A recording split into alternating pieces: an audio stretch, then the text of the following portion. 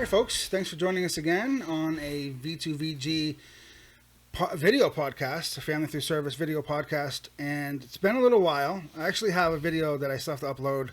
And another video. We may have two, but I don't know if one has problems with the audio. I'm not sure. But I know for sure we have one. Yeah, so we have... did we put the Faith one on?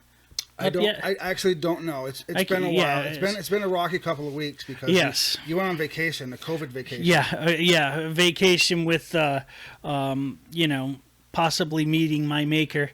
I was hospitalized for almost a full week, which is actually unheard of for me personally. So Eric and our other board members got slammed pretty hard trying to fill in the gap, It wasn't easy. It's not running this ship is not solo, but without the other co-founder here is really difficult. And but we managed to delegate duties and responsibilities, and it worked out pretty well. And but the bigger problem is at the same time, one of my children came up positive for COVID. And then we had to quarantine, and there was some sickness running through my family, so that made it that much worse. It just never ends, man. It never ends. So it's like it's COVID is the gift, as it were, that keeps on giving. But luckily, everybody's on the mend, thank God, and we are. And in this, back to it. A lot of our videos, when we talk about the organization or business in general, we always talk about growth. And this is just another example of things that have happened that we have to have some serious conversations on as far as possible policy changes and adjustments, which, so even though it was a huge burden to me personally because I was hospitalized, my wife taking care of everything on her own, and our very good friends and family helping out. It was still something we can learn from and carry forward, right? Well, what it's all about is you have to keep growing, you have to keep learning, because if you're not, and we've said it before and we'll say it again, if you're not and you're stagnant, then you're actually going to start sliding backwards as both personally, professionally, organizationally, whatever. Yeah. But while you were in the hospital, you had some time for reflection. I did. I had a lot of time where I couldn't do anything. I mean, I wasn't catheterized, but I was all but. I had to pee in a canister, and I couldn't leave the bed. I was hooked up on so I did a lot of thinking, which sometimes is scary. But this time it was actually more epiphanific. I don't know if that's a word. Well, it is now. But I made it a word, right? So fuck you, Webster. That's right. But put it in, and now it's a word. So, but yeah, I had a lot of thoughts on my individual, who I am, where I come from, our relationship as friends, where we've come from, and the organization, a lot of things. And so with this being the holiday season, kind of wanted to stay focused on that more than any of the other stuff going on. And I thought it'd be cool if we did like a little multi-episode series to finish the year. But before that, we have some topics that I do want to let people know we plan on getting into next year. Like after, so we're pretty much going to do these 2 or 3 videos, and then we will be shut down until roughly the middle of January for videos. And then some of the topics I think we absolutely have to hit on is one, the Kyle Rittenhouse. And not from the political point of view, not from the things that are being hit by the media, but for me, why was he targeted amongst all the other people that were there and stuff? Almost as a parental point of view. Like, what would you do if he was your son? Yeah. So Kyle Rittenhouse, hot topic, but we're going to wait for it to simmer down a little bit. And we'll hit that topic. I think that's a good one. Yeah. Yeah, and then one of your favorite topics we have. I can't wait to get into this one again, which is what the it's a debate we always talk about. Intelligence versus education. Yeah, that's always a fun one, I do think they're separate. They are correlated. I mean, they can be. You can be intelligent and educated, but I also think they can be separated. I think you could be a very foolish person with multiple degrees. Oh yeah, we'll talk about that. And I think that people most people tend to agree with that. I think everybody knows a complete moron who has some sort of degree. Yeah, who's been in school for like 14 years and shit, like, you know. And you look at him and you're like, what a fucking idiot. Like, what are you saying? What are you... and vice versa. You look at somebody who's, very educated and, they have no common sense. And, we'll talk more about that. But yeah. For example, the wisest man I ever knew in my entire life, my grandfather, he didn't even pass through the 6th grade. He was called stupid. He had, found out later he had dyslexia and stuff. But the things that guy was capable of doing and accomplishing in his life, a very wise man, on a fucking 5th grade school level, like oh my goodness, Intelligence has nothing to do, or education has nothing to do with ability. And we'll talk about that also. Yeah. 2 things I definitely want to get into. I think we should try and stick to maybe once a year talking about them on 2 different episodes. Is one, I really want to get into this next year, not just PTSD and TBI, but I really want to dig into why you and I personally believe they should not be lumped together. As far as the VA is concerned. As far as the VA and stuff like that. I think that they again, like intelligence and education, they can be linked, but they are separate issues. Of course they are. And then the last one, which we both have experience with personally, along with the fact that we have our opportunity does not equal consent, I really want to do an episode on suicide, and not necessarily suicide as far as someone actually killing themselves, but even talking about the ideation and the whole gamut. Like, what can we do to, help prevent our brothers and sisters from getting to that point and stuff. And that's very important. Yeah, so, important. So those are some topics that I do know that a lot of, YouTubers and podcasters that follow along some of the same topics that we do, they do. But I rather like stick to some of these, like do like once a year and have a little different twist, so it's not always suicide is a permanent I don't want to do that. I gotcha. So but please, anybody who's watching us on YouTube, go down and subscribe to us. We're trying to push to be monetized and be able to get sponsorship. That takes viewers and subscribers. So even if you don't watch all of our videos, it doesn't hurt you. It doesn't cost you anything to subscribe. Yeah, exactly. Subscribe and unfollow, and that's fine too. and also, I'm in the process. So there's another platform called Rumble. Yep. That is almost a YouTube equivalent, but less censorship, I guess. So I'm in the process of. You do all the YouTube stuff. I'm taking the YouTube stuff and putting it on. What's it called there? Rumble. Yeah. So those are 2 platforms I'd like for you guys to just check them out and check us out. Leave comments as you were.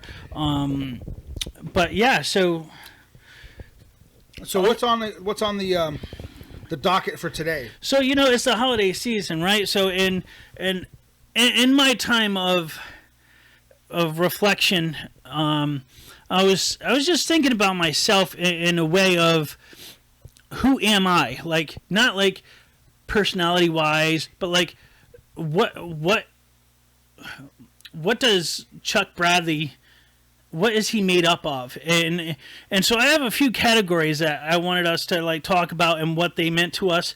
And I'll go from the most broad to the most specific, in my opinion. Sure. And then each one we can talk about. So first and foremost, I'm a man. Sure. Physically, I was born a man. I have, male genitalia. You identify as a man. Those things. Second, I'm an American. I was born in America. I have, those attributes that I grew up with. Yep. Now, 3 and 4 could be, switched in place. And the reason I put father first is because we both have children that are still defenseless. Yes. So where if our children were all in their 20s, I might put being a husband first and then a father. So you put second. father then husband instead of husband then father. And I agree. It could be husband father or father husband. Yeah, But I agree with the placement. Yeah. And then what I have is being a veteran. Sure. And that's part of your identity. It's part of a veteran's identity. Yeah, typically. and then being a friend. I mean, what does that mean? So so those are the basic categories as far as when I look at myself in reflection of who I am today, where I was yesterday, and my goals for tomorrow. Those are the categories I would break myself down into. Sure. Yeah.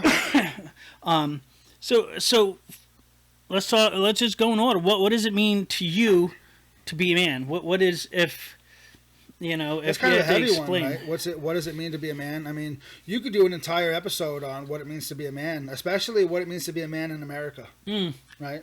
We've kind of touched on this. Yeah, we kind of. If you could oversimplify what it means to be a man, if someone says, "Okay, well, what is a man?" and you can oversimplify it, what would you say? Without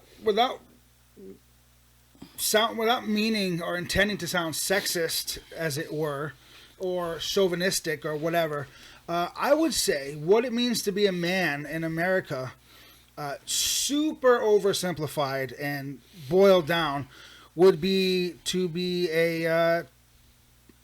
Let's try to really simplify it. Let's try a challenge, the simplification challenge, right? To be a man is to be a 3 words. Let's try a 3-word challenge, right? To be a protector. Yep. To be a provider, and to be a protector, a provider, and let's say a role model. And you're just talking characteristics. Again, to be even more simplified than that is you are born with a penis and testicles. Well, that's like that's you know what I mean. Like that is the most simplest. The chromosomes to be a man. Yeah, I mean, that's if that's what you're born with. And guess what? Again, not trying to be political in any sense. I'm trying to say, looking at myself, you looking at yourself. What would you categorize as a man? Sure. And I agree. I agree with all 3 of those. And honestly, all 3 of those things, I believe, lead right into being an American for us. Is being a protector, a role model, and a defender, and those things. I think that's part of our culture as an American. At least it was when we were growing up, 80s and 90s. Yeah. And for sure, the earlier culture, it might have the culture sense of what being a man is, may have shifted now a little bit, but I think that deep down, the traditional ideals for masculinity are pretty much the same because it's been ingrained in masculinity since time immemorial. But I mean, and I'm not talking about outliers. Yeah. I'm talking about masculine and manhood in general.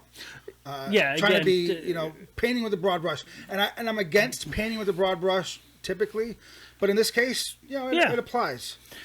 Now, and an American, I think a man in American kind of. Because being a man in say being born in a third world country, South Africa, or you're not going to view yourself as a man the same way as you would as an American man. So I think because the culture there is a little bit different. You might view yourself. I will take a chance and speak for another country that I was in, and not specifically, but say in the Middle East. I would venture to say that the typical Muslim man that I encountered personally might. I'm using a lot of qualifiers. So not to insult people. We want to be as broad as possible because of our stance as not being political, religious, the things that we strive for. In my experience, the typical Muslim man in those countries that I was in might consider their ideal of a man is a leader of the family, which I don't disagree with particularly, but a leader of the family, a boss, right? Yes, and an initial provider, I would say. I think provider kind of covers that, but similar to an American man.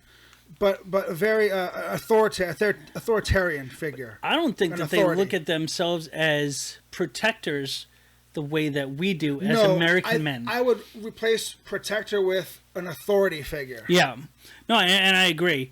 Now, for me, when the next one would being father, and I want to speak on it as the fact that we have children who are not adults, who are defenseless. Right. So for me, what being a father is, it's not just being that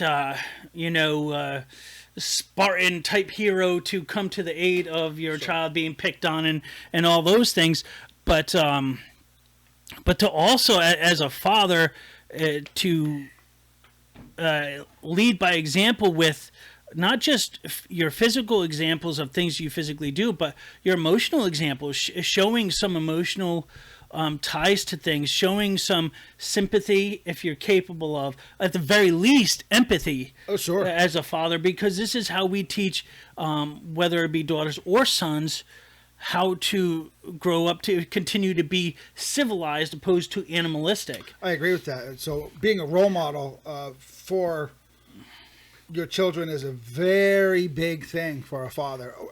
I think being a role model for an emotional role model is just as important as being a physical role model. And we both grew up with people who should have been better fathers, who are biologically our fathers, that were not the greatest, but also people who stepped up who had no actual reason to be good fathers to us, who have stepped up and helped make us less shitty men, right? I mean, to be honest about it. To be fair, yeah. Which is great. That's totally fair for a father. A father figure, a father or a father figure, ultimately, like a man, an American man, should be a protector, a provider, and a role model for his children. I absolutely agree. Yeah, I feel. What about a husband? What do you feel about husband? For me, this is interesting because I think that one good thing that has happened in our lifetime, and say even over the last 50 years, is that gender roles don't exist the same way, and I think that's a good thing. Capacity. So I think being a husband is no longer just being a protector of your just a provider. But come home, sit on the couch or the lazy boy, open the paper, and be not present to your family. Those days are by and large gone. It's good. There's more things that husbands are doing to take initiative. Yeah. It's far more important. I think one of the most important things, and I think we both could use more practice at as a husband, is listening. I think listening and empathy there. I think it's hard sometimes as husbands to empathize with what our wives are going through, because we don't see what they see, especially in ourselves. Men and women, I'm gonna say something here that might blow some people's minds. Men and women are different. Just gonna lay it out there. Men and women are different. So still equal, right? Totally equal. Just equal. Different, but equal. Equal in dignity. Yeah. Different in ability. I agree. Yeah. Typically, different in some abilities. But I think I agree with you. Husbands should be providers for their wives, but not to say women shouldn't provide for their husbands. I'm just saying specifically from a husband's perspective. Yeah. Should provide for their wives' needs, basically, and all of their needs, emotional, spiritual, sexual needs. I don't think a husband should be only concerned with himself. And I was thinking, that literally just crossed my mind, that I was thinking, being a good husband means sacrifice. It means going the extra mile for that person, even though, and it's not to make light of intimacy, but you did say something about sexual needs, not just busting your nut and then rolling over. It's not just about sexual gratification for the man. You, yeah. It should, and I know in days past, at least the impression was it was just all about the man and men first, and I think that's I think that's a sexist and chauvinistic attitude. Yeah. And I know that in some cultures that still exists. Although it's husband first and wife second, and the men eat first. Yeah, I know the husband sits at the head of the table, kind of thing. Like, yeah. Well, in my defense, I am kind of a selfish lover when it comes to you. I don't really consider your feelings a lot of I times. know, and it makes me sad, but that's another podcast. Yeah, that'll be on a different. That's on what platform is that on? OnlyFans or something? 1-900 numbers, right? What about this one? To me, I think is of all the things. This one I think may be the most difficult to kind of encompass is what about being a veteran? What does that mean to you? Strictly speaking, being a veteran, matter of fact, being a veteran is open to interpretation. For different people have different ideas about what a veteran is. But for me, a veteran is very simple. A veteran is somebody who signed the dotted line and was willing to pay the ultimate price. Length of service doesn't matter. Branch of service, all joking aside, doesn't matter. They signed the dotted line. Whether they deployed or not. Doesn't matter. If you sign the dotted line and you raised your right hand and you gave that oath and you were willing to defend your country, that's the first step in being a veteran in my mind.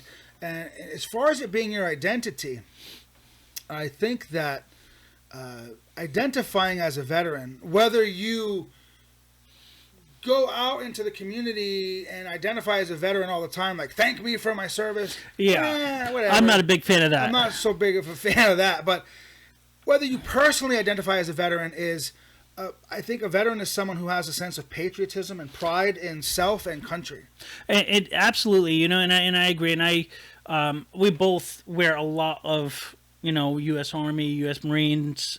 Hats and things, and it's the pride of our service. It's not, look at the organization. Yeah, and it's the pride of our service and the branch we were in and the things we were involved in. But no, I agree. I think that being a veteran is not about on Veterans Day cashing in all the handouts and stuff. But I do feel, and to be a little lighthearted, it's kind of like Starship Troopers, where they're like, "Oh, if you sign up, you're a citizen." And but to me, being a veteran and signing up and having the intention and willingness to die for the cause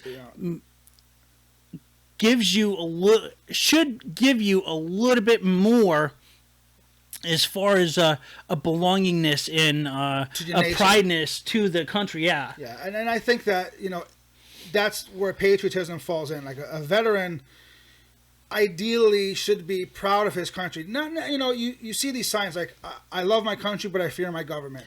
And that's a good thing. That's fine. As a veteran, I don't really care if you agree with the government or that's irrelevant to me, because to me the nation is bigger than the government. Right? Because we're a nation of veterans. I mean, think about it. I mean, the government changes every few years, every election cycle, but the nation itself is bigger than that. And I think that if you're a veteran, you didn't sign on to support the government. I hope you didn't sign on to support a specific government, but to support your nation as a whole and its citizens. And we've learned more since we've gotten out, and we as the VA and studies have learned more of commonalities between war veterans going back from Korea to Afghanistan. Yeah. Where prior to Korea, if you were World War II veterans, you didn't associate, you didn't really connect with Vietnam era veterans. There was a gap there, a block, because nobody really knew. But now that more information's coming out, more veterans are speaking out. We're a lot more united than most people realize. And I think veterans need to be, because it's a community of veterans, and the veteran community runs the gamut of political ideation, political support. I mean, the veteran community goes from one end of the spectrum to the other, and I'm all for it. But the one thing that unites us is the fact that we served our country